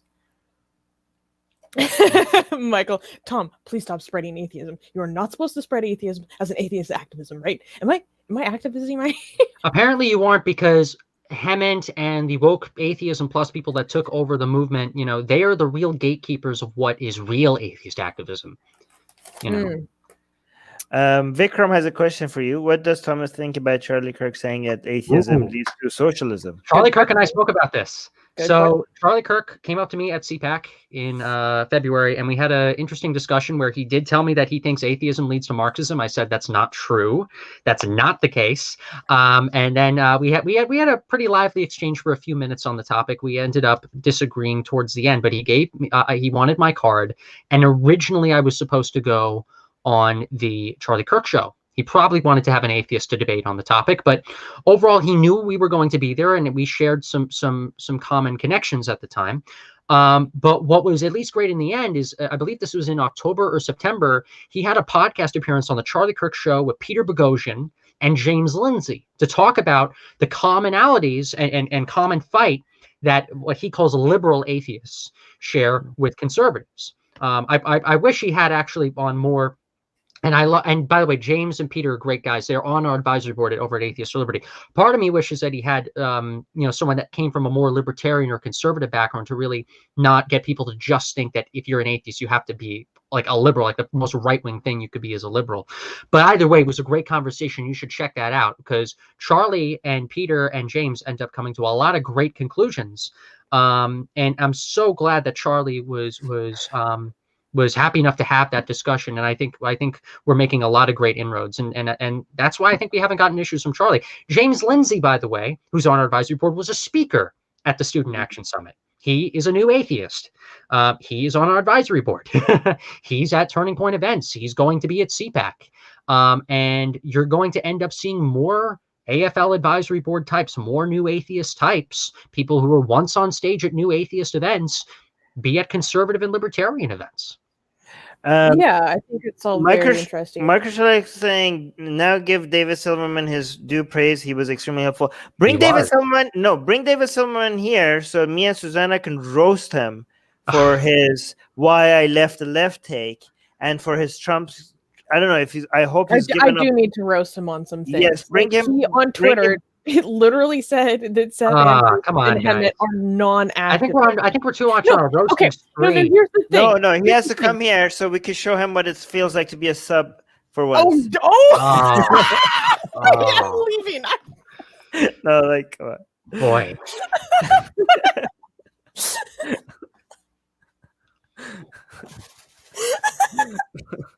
Okay.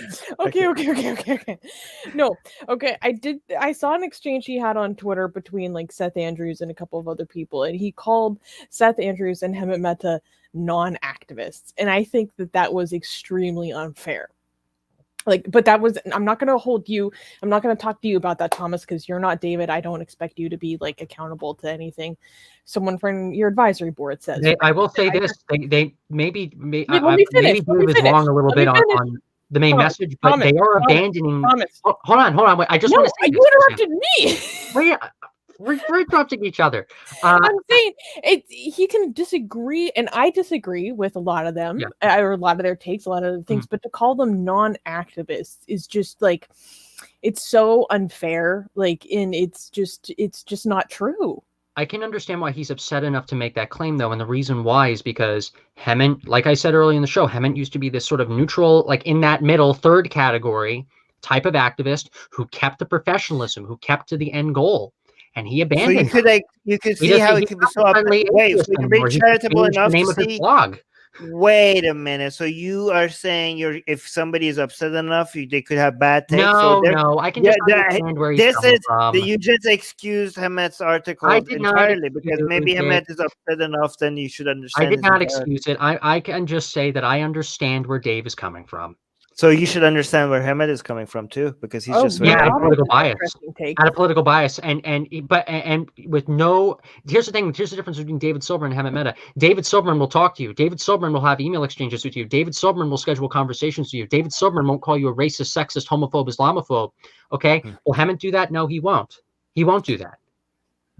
Dave is at least sticking to his brand. Dave is sticking to what he knows. He might if you tell him that turns you on. I don't know. Oh my God. Nice, Armin. You broke me. Murtad has an interesting take, saying, doctor gives cure to a dying patient with the disease. Hemant, look at this stupid doctor giving the cure to the people who need it the most. So he's comparing, like atheist outreach to conservatism. We're doing what the new atheist. However, I don't think Thomas would agree that conservatism is someone dying with a disease. No, it's not. It's a funny joke. I agree. But I agree.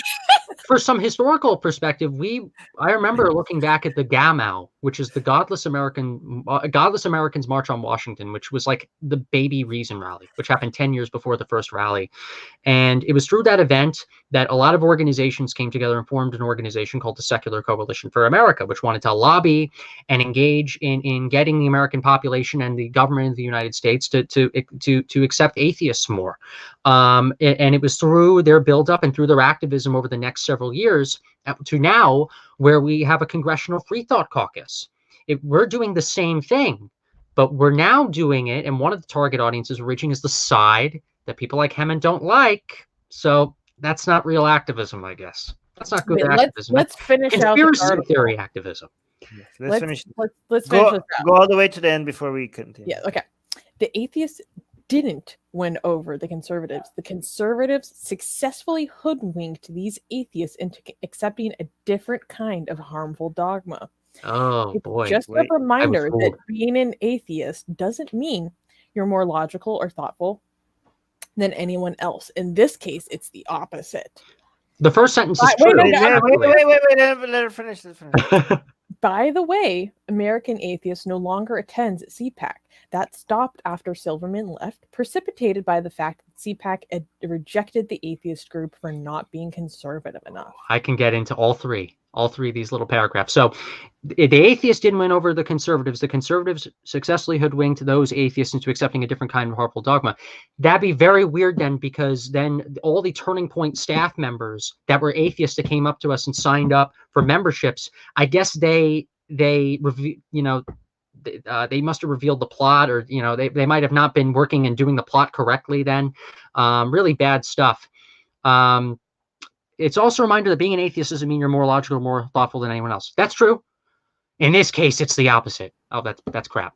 Can I say that? I might have stretched a little bit by saying that word. No. I'm trying to watch what I say here. And then when Hemant says, by the way, American atheists no longer attend CPAC, they stopped after Silverman left, precipitated by the fact that CPAC rejected the atheist group for not being conservative enough. That's not true. I know Dan Schneider, who's the executive director of the American Conservative Union. These are the people that are in charge of CPAC. There were just internal disagreements between American atheists and the stuff they wanted and some of the branding that they wanted to do and just administrative stuff between Dan and his team and Dave at his team at the time. Okay, I spoke to Dan about this last year before we were going to exhibit at CPAC. Okay, That's not true. And again, he's not even asking people for comment. He's not even doing much investigation on this. He just wants to attack people he doesn't agree with politically. Real quick, I can't believe people are going to do this while I'm right here. I'm sitting right here. Oof. Okay. Do you want to, you should read it then. No, you should read it. You were begging for it. Sarah saying, here's $20. Now give me those digits. Winky face. By the way, Hamid is a tool. Wow. Okay. Thank you so much. I will thank you for the $20. $20. But you're not getting his number. You got $2. Okay, Sarah, add me on Facebook. No. Add me on Facebook. Sarah, add me on Facebook. I'll look for it. Okay. Thank you so much for Susanna. You got $2 for your number. I got $20. Because you were begging for it. We're simping for Armin. This is good. This is a good day. This is a good day. Thank you so much, Sarah. Thank you so much for your support. And yes, add me on Facebook. All right. Yes. Oh, Susanna's angry. Oh, it's okay, Susie. You're still my number one sim. Oh, okay. Thomas has no idea what to say. I'm just politely waiting for the conversation to continue. Just all right, I'm not here. Okay. Mommy and Daddy are fighting, okay? So I think saying that you guys were successfully hoodwinked into accepting a different kind of dogma, that's just unfair. Like, you could have arrived at these conclusions through thoughtful consideration, and you want to reach out to a different community. And here's the deal. Here's one of the reasons why I support Atheists for Liberty, is because I appreciate people who are minorities within the minority, okay? For example, like gay Muslims or ex-Muslims within the larger Muslim community. They're a minority within the minority. Like, or a conservative atheist, like that's a minority within a minority. And I appreciate groups that are minorities within minorities because they often challenge broader narratives that are, told in the mainstream culture about certain groups. And that's important, to challenge those assumptions and to reconsider, what do we think of as an identity for this group as a whole? Yeah. Is it just this one thing, or are there people who counter that? Why do they counter that? What is the story that they tell about why they counter that? Yeah. I don't always agree with those minorities within the minorities, but I find it interesting, and it always makes me reconsider my past assumptions about any given group. So that's one of the reasons why I like AFL. And to say that you guys are just, it's very similar to what people say about, conservative people of color. It's like, you guys are just, you can't think for yourself. You got tricked into this, which is so insulting. Michael, I do want to address, I do want to respond to this, okay? I know Thomas disagrees with me on this, but it's okay. He's saying that, the disease isn't conservatism. Conservatism is the body. It can become healthy with AFL. I do think AFL is part of the solution, I think, okay? Mm-hmm.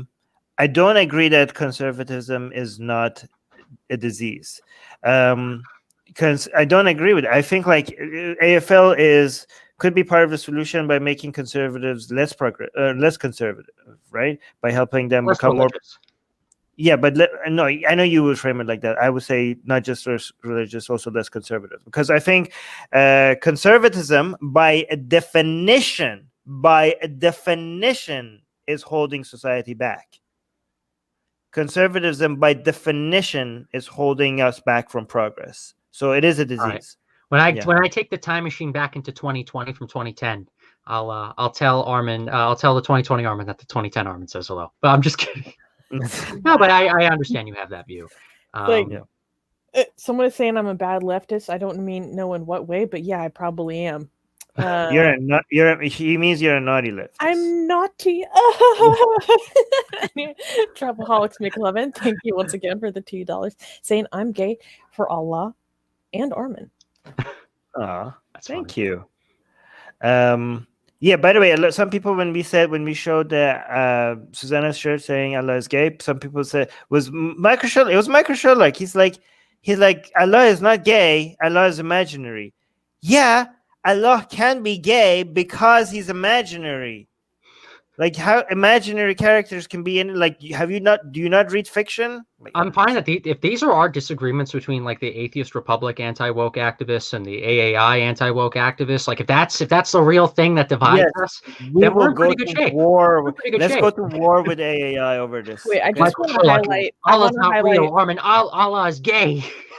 There was this one tweet by Seth Andrews that highlighted this article by Hemet and said, "I'm all about dialogue, but Hemet Mehta is spot on. This is a ridiculous waste of time, sets up a lousy example during COVID. This is something we're not really going to get into, and is the equivalent to selling globes at a flat earth convention. Personally, I think selling globes at a flat earth convention is exactly what those people need." Yeah, this is a great example. Yeah, if it was to that extreme, then yeah, you could even make that argument. But it wasn't even that. When it came to and I said this in the last podcast, when it came to the prayer service that they had, there was barely anybody in attendance at the prayer service. People wanted to see Tucker Carlson and Don Jr. and Charlie Kirk go after, wokeism and leftism or whatever they want to call it. That's why they were there. They were there to hang out. They were there to get together. They were there to even part. Some of them were there to even party. I know Nick Fuentes doesn't like that. And they were here to watch their conservative celebrities speak on stage. Right. I do agree with a ton of atheists that came up to our booth, a ton of people signing up for memberships and signing up for the email list. It was a success on our part, and we're going to be there next year because we're going to do what the New Atheists did 10 years ago. We're going to do something called normalize atheism. I know it's a shocker to the movement now. This just but highlights that's what we're going to do. This highlights once again just like a difference in perspective, right? So like I see this as a good thing, not a bad thing. Right. Like, from the three statements, I agree with one of them, though. So when he says this is a ridiculous waste of time, I mean, it's their time. I don't think it's a waste of time, and they're not wasting your time. They're doing something that they think is. We're actually helping Seth. And if you really think I think so. I think so. I think it's great that like somebody like Seth is fighting like Wokistanis on his side. So I hope that there are some atheists on right-wing circles as well. I don't. And I want to be proven wrong. Let me finish going through the 3 points. God damn it! All right. So from the 3 points, I think he's come so wrong saying this is ridiculous waste of time. I do agree with the second statement. It sets a lousy example during COVID. I think even if it was for 2 seconds, given that, I think it would have been a much better picture if it was with mask on, given what we're trying to, especially among conservatives, normalizing and promoting how important this is for conservatives. I mean, conservatives, when it comes to COVID, are a lot more science denying than left-wing people. And you agree with that, Thomas. I agree with that. Yeah, so I think having more anti-maskers on the right. Right. So I think having a mask on would have been setting a much better example, even if it was for 2 seconds. Also, you wouldn't have to deal with that criticism. Yes, but the last part, I disagree with the first statement. I agreed with the second statement. Definitely, I mean, half agree with the last statement, just because, like, I think it might be equivalent to selling globes at a flat Earth convention, and that's a good thing. That's a good thing to do. I think that's not even to that extreme. Yes, not even to that extreme. It's much better. We got a super chat by Angel Garcia, $2. Thank you, saying we need a debate between Thomas and Hemet. Let's go. I don't think I think part of being woke. I think part of being woke is not talking to people who you disagree with, and I think Hemet has gone woke. That's why in 2017, when MythCon 4 was a big controversy, a lot of these people who were supposed like big atheist community guys, they ended up not even going or really being ashamed at the MythCon organizers because they wanted discussion between people of various perspectives. So Bishmonten is saying, to be fair, a lot of liberal atheists take Hemet for his word, who was putting borderline information in his article at this point. Seth could have done more research, of course. And that's my problem. I think Seth sees Hemet as like one of those. It's like, I think you have these 3 groups that were in the movement that I explained earlier: the anti-SJWs, the woke atheists, and the people that were in the middle. I think when the woke side, the atheism plus side, won, I think in Seth's mind, a new sort of scale appeared. and he thinks he's in the middle of what is now considered to be acceptable in organized atheism. And I think a lot of people see Seth's sincerity as a radio host, as a person from the middle of the country who seems like a good family man. And they say, oh, Seth is a nuanced guy. Look, he's going after those crazy Atheists for Liberty people. He's such a good, warm guy. I listen to him on the radio. Oh, look, Seth. And a lot of people, I think, are fooled by that. And I feel bad for Seth. I looked up to him, but I think he doesn't really realize that the atheist movement of 2020 is not the atheist movement of 2015. It's not well, in the here's United the States. thing. Okay. Well, I look up to Seth still with this article. I think it was better than the treatment that Armin received, because that article was straight up had like, it was just not journalistically accurate. Like it was just false. Like there were things that just were not true in that article. Like easily, if you did your research, easily you could find the correct information about Armin's campaign in that. So like, I think you got a little bit better treatment. I didn't see anything that were flat out, just like, it was just like, true. Yeah, it was just really, okay, but we're not competing at, okay. But here's the thing. I still think after all of this, let me see if Thomas, you agree with me or not. After all of this, I still think him and Mehta is an asset. Yes.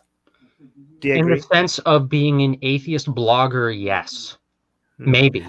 I think he covers. He covers religion and atheist and secularism related content that no one else is highlighting, and he's bringing attention to a lot of things that deserve attention. However, I think the branding that he had from a few years ago is much different than the branding that he has now. Honestly, I think a name change for his blog might be a little more accurate at these days. Maybe rename it the friendly progressive, or the friendly progressive to progressives, but not to people who are non-progressives. I mean, okay, but regardless of branding, I'm just saying after all the attacks he had on me and on you, okay, I still think like I don't want to go the wokey round of dismissing anybody that has that doesn't like us. And I still think like he's a valid, like I think like Matt Dillahunty is now hates me apparently. I still think Matt Dillahunty is like, with all the hate he has towards me, I still think Matt Dillahunty. What he did to David Silverman. Yes, I still think Matt Dillahunty is a major asset to our movement. I still think Hamad Mehta is a major asset to our movement. I still definitely think like Seth Andrews, like, yeah, of course. I can, but I also think they should let us in the door. I know. I also think you guys are a major asset to the atheist movement. Yes, and thank you for saying that, Armin. I really appreciate that. My issue though is that they're not letting us at into their conferences. They're not letting us into their venues. They're not taking our ideas seriously. They, ever since, like I said at the beginning of the podcast, and from the American atheist movement perspective, ever since the Second Reason Rally in 2016, the train of that sort of middle neutrality of what many of these professional activists had, that has left the station. We're not going to these conventions. We're not being invited to speak on our perspective. They want to move ahead with Atheism Plus, because Atheism Plus is now American atheist activism, according, sadly, to these many organizations and activists. And we would love to work with these individuals and agree to disagree. They're the ones who made the first move in saying, we think we think Armin's a racist or a sexist or a homophobe. We hate Michael Sherlock. We hate Thomas Sheedy. We hate David Silverman. It wasn't us that did that. You're a very awesome, very friendly guy, Armin. I know you. You'd work with any of these people if they gave you the opportunity. You would, and I would too. Yes, I would too. If honestly, and for any of you from the Secular Coalition that is watching, for any of you from any of these organizations that are watching, Nick Fish, Roy Speckart, Kevin Bowling, Noel George from Foundation Beyond Belief, any of these people, I know these people. I was in that movement and in all these organizations in positions from a student perspective, from a local perspective, from a state perspective. I was in that was my world in high school and in my early years of college. Like, I'm the historian basically for all things American atheism. If they ever contacted me and said, Thomas, we disagree with you. We don't like that you're not woke. We don't like that you are engaging in stuff that we consider to be problematic. But you know what? We're willing to work with you because there's great things that we can do together. I would say absolutely. Let's put aside our differences. Let's get on board. But they're not going to do that. And so I just want to end with one thing. And I'm so sorry. I know we're pressed for time. This is why it is so important for Atheists for Liberty for Atheist Republic, for Atheist Alliance International, and for the ex-Muslim organizations, the organizations that are really continuing what New Atheism started out to be, that are also anti-woke, that are standing up for Enlightenment values, to band together. If we can't get into these coalitions that already exist, into these networks that already exist, it might be a sad resort that we have to band together. We have to make our own coalitions and our own organizations. That's why I started Atheists for Liberty. That's why myself and my people started Atheists for Liberty, because we came to the sad conclusion that many of these established networks and people like Hammett are just, the train has left the station. They don't want us on their train. And if, when it comes to normalizing atheism and sticking with the original mission and standing up for civilization against horrible belief systems and ideologies, we're the people that are on track. We're the people that are still doing that. Are they doing that? No. But if they want to come to us, if the train comes back to our station, I think you and I will gladly jump on it in the name of professionalism and solidarity. Mars is saying, Thomas, if Hammett won't speak to you, would Seth be willing to have a conversation? I would love to go on a show. I would love to. I've been a fan of Seth's for years, and the comments that I made about Seth are comments that I did not even want to make. I've just simply stated them because I thought it was an honest perspective on what Seth has become. Thank you so much to Bish for mention. Thomas, if Seth had you on, I think that would change your mind about a lot of your statements. I hope so. I hope so. Not even hope. If he did that, I think that would disprove a lot of the things they've said about him.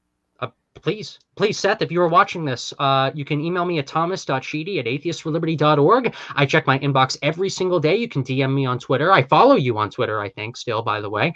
Facebook, anything of that category, and let's get chatting. Let's get chatting, Seth. Let's go on Thinking Atheist. A friend of everyone here, Vince, showed up. Wait, shoot, where did it go? He's saying, am I late? Yeah, Vince, you're late. Okay. Right, is saying, I'm almost inclined to say Hammett is more vicious than Armin because Armin rips you a new asshole, but at least he does it genuinely and with love. That's not true. That sounds very gay, but okay. Hammett is uncharitable as fuck. So it's more vicious in the sense that he doesn't make as much of an effort, if any effort, to steel man who he's going after. Like Armin at least is very careful to try to make very well. I don't have to steel man you when you're here. I only steel man you when you're away. Exactly. But also I don't think you necessarily do it from a place of love. Yes. I think Armin does, because Armin, you stated that, despite the fact that we have our disagreements, highlighting our disagreements sometimes is a good thing. And I just think it's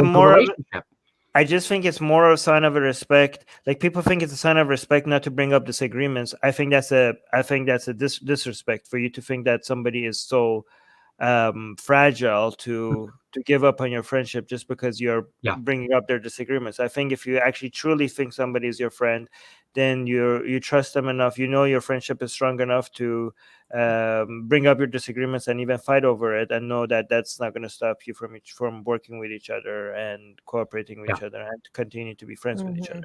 But I think that's a more like openly having fights over your disagreements with each other and then continue to be friends with each other. That's more of a sign of respect than anything else. Absolutely. Vikram is saying, is Thomas pro-life? I plead the Fifth Amendment. Everyone's already learned so much about my personal views. Let's have a show where we discuss my personal views some other time, because I know I've gotten so deep into this. I know you guys want me to take the BDSM test too, right? That's a lot of personal stuff. A lot of personal stuff we got going here. Maybe we'll make a separate show to talk about my personal views. Wait, really quickly. Right? Michael Sherlock is saying Armin is friendly. Armin is a very bad person. He will eat your kids. There you go. There you go. Wait, and Hammond should make a video about Michael's statement about that and said, Michael Sherlock didn't even reach out to Hammond for comment. Didn't even reach out to Hammond for comment. Hammond eats kids. You've heard it here, folks. You've heard it here. Hammond eats children. Now Hammond is up to you to be transparent and to do us the same thing. And I'll state this too. Hammond, if you want to apologize, you want to retract, you want to email us for clarification, my DMs are open. But it's on you to make the first move. Okay, but will you come back so we could destroy you on your pro-life position? I never even stated my position. I could be more pro-choice than you, Armin. You Oh, kind come of on, did. Thomas. You're a conservative. You're pro-life. No. You don't Okay, know. sure. Okay, Okay, sure. well, I'm very curious. Anyways, Wait, no. In closing, I would like to say, Thomas, thank you for having us on, because as I can't remember if we said this on air or we said this beforehand, it's important with the standard that we hope to build with religious communities. It's friendship is not just, oh, we can be friends as long as you don't shit on my ideas. No, okay, you came here, we shit on a lot of conservatives. we told him not to No. swear, but I know, I'm sorry. Okay. Like, we had criticism, we were forthcoming with it. Our disagreements are forthcoming, but that's not a condition of our friendship with you. So thank you for putting up for the liberal nonsense. You're welcome. You are welcome, Susanna. But if you don't mind, I'd like to end by stating this. So, like I said, my name is Thomas Sheedy. I'm the president of an organization called Atheists for Liberty. We are a 501c3 U.S.-based atheist organization that stands for free speech, free thinking, and freedom for all. You can check us out at atheistforliberty.org. We're on Facebook, Twitter, Parler, Instagram, basically every major social media platform. Search up Atheist Liberty. That's our main tag for most of our platforms. Until the new year, we have yearly memberships. Please, everybody, if you want to support us and support what we are doing and going to more of these conferences, establishing online content, building up the team, and rebuilding much of what new atheist type American atheist activism used to be, you can go join us and become a member. It's $10 a year, and if you want, we've even extended our SAS $1 rate for 6 months. If you really cannot afford it, and also if you really can't afford it, don't become a member. But if you can, we have various membership options. We have the $1 option that's going to close before the new year, so get that quickly. Or if you want to support us more with more donations and contributions, we'd greatly appreciate it, because we're fighting for all of you. There's not many anti-woke atheist organizations that have boots on the ground, that have professional connections, sadly, these days. It's Susanna, it's myself, it's some of the AAI people in the US, and it's like Sarah Haider and Mohammed Saeed, and like that's literally it. Every single other major organization, hate to trash them, I've had a past history with many of them, good people in them still, some of them closeted about all this stuff. They are on the Atheism Plus train. We're the ones doing the hard work and struggling sometimes to move forward sometimes because of the attacks that we get and articles like this that go after us. So again, really appreciate your support, everyone. If you can go to atheistforliberty.org, check us out. And thank you once again, Armin and Susanna, for having me on the show. And happy late birthday to you, Armin. I want to state that to you again. Loved celebrating with you and everyone else on the AR team. David Silverman is here. He's saying, yes, he is. Oh wow, is that David? Yeah, he's saying you rock. Oh wow, he's the firebrand for good. Nice. Oh, go check him out as well. Let's search for the firebrand for good. But some people are saying I didn't push back on you, and Vikram is rightfully pointing out that I disagreed with you so many times, and so did Susanna. I don't understand why people are saying like I didn't push back. We push back. We enjoy pushing back quite a lot. Yeah.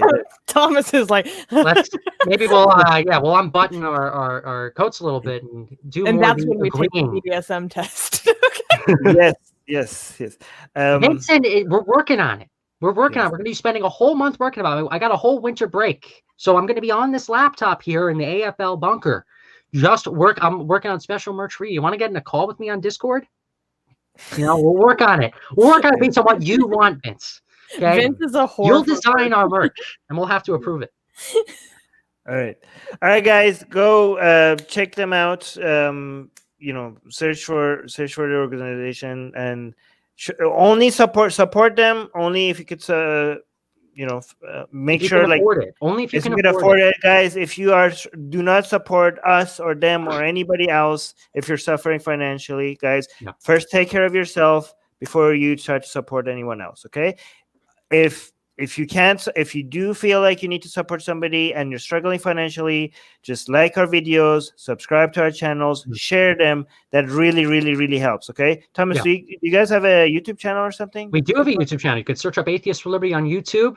We have a video up there. We're actually planning on releasing another video very soon, based on our time at SAS. So check that out soon, everybody. And guys, thank you for having me on again. Yeah. So if Go subscribe to the YouTube channel. That does really help Even go like their videos. So again, do not support us or anybody else financially. These things really boost the algorithm, really helps with our reach. Okay, and maybe because of the signals that you're sending to the algorithm and boosting our reach, maybe somebody that can support us financially will be able to see us. Okay, so do the whole thing. All the buttons you see below, the like, the share, the bell. You know the thing. Just do the thing. Just do all the things. All the know things. the thing. All right, guys. Bye. All right. Subscribe. Do it. Just do it. Do it now. You still, after all of this, you still haven't done it. What's wrong with you? Just subscribe now.